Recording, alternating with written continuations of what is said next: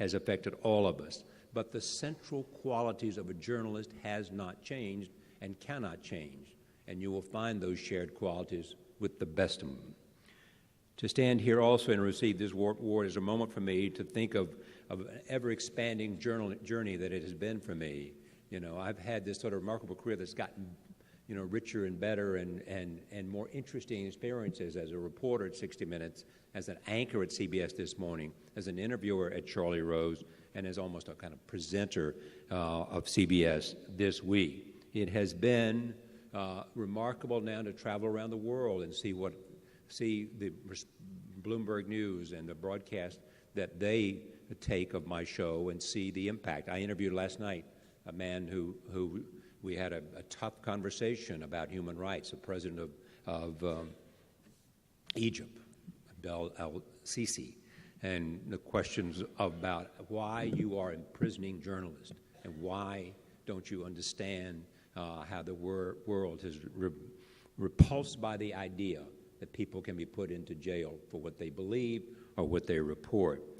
At the same time, a sense of the joys of life. I did an interview last night with Bono about music and about what it was that propelled him forward and also beyond music into a life of service and what he has done with respect to Africa in terms of debt relief, in terms of AIDS, in terms of now electrifying. It's been an amazing road for me, and I encourage all of you to do it, and to do it with great energy and hard work. I have never interviewed anybody, not once in my life, who did not say to me, who no one has ever said to me, I am where I am. I did what I did because I was the smartest person in the room. They might have been, but they never say that. Every one of them that I've ever interviewed, for whatever reason having to do with achievement, will say, I'm here. I'm here because I worked harder than anybody else. They believe that. When I, in 1991, went to public television because of Frank Stanton and was hired there, I sat down on September 24th, 1991, 25 years ago, and I wrote what was a mission statement. And I just want to reflect on it because it gives you some sense of the joy of journalism and some sense of the responsibility of journalism and some sense of the sheer fun. I have never, ever, never believed that having fun is somehow a detraction from being a serious person, being a person that's committed to finding the truth. And I think, as I said, and Jeff heard me say this, the engagement of your curiosity is what will serve you better than anything. So I said 25 years ago, as we created a television program, which is much easier today and can create a podcast in a moment. Our mission is quality and range and wit, passion and caring for our work, our audience, and ourselves. Our means are to maintain our focus, reinforce each other, and demand the best. Don Hewitt said he had a four-letter word for the success of 60 Minutes. Tell a good story. What any 60 Minutes viewer knows is that they tell a good story through great interviews. At the essence of any good story is a dramatic and compelling interview. It is as central to good storytelling as dialogue is to good playwriting. And it is through that journalistic endeavor, the interview, that we, at this little show that we're beginning this day, will make our mark. Through the craft of the interview, we will engage people about their lives and their work and their hopes and their dreams. And through the expansion of the interview, we'll explore our conflicts and our failures as a community.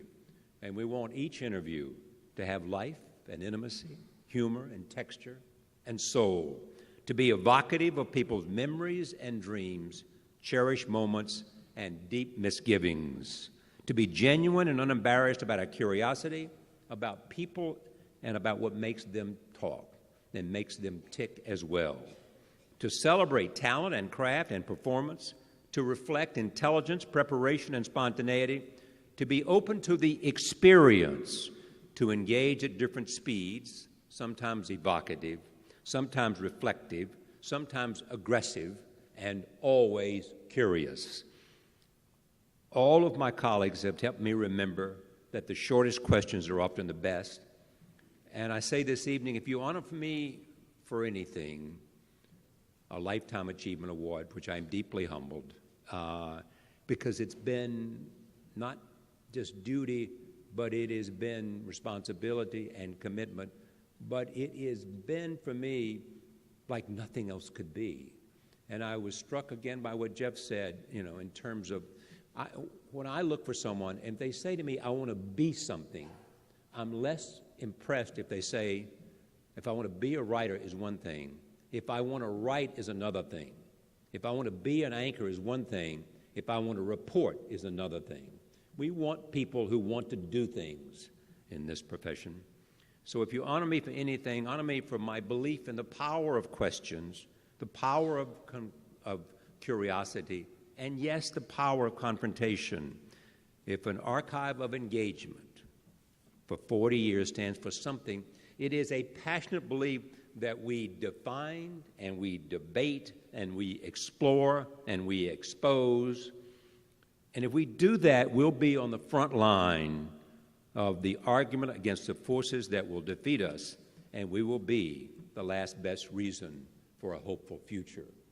To all of you who are part of this wonderful profession, at any level, I congratulate you, I thank you, and we share a passion for engaging a process that hopefully will help us understand the world that we live in.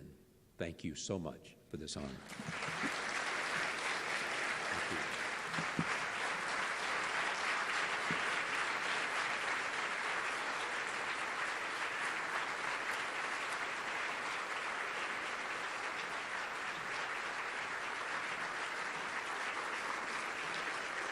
Wow.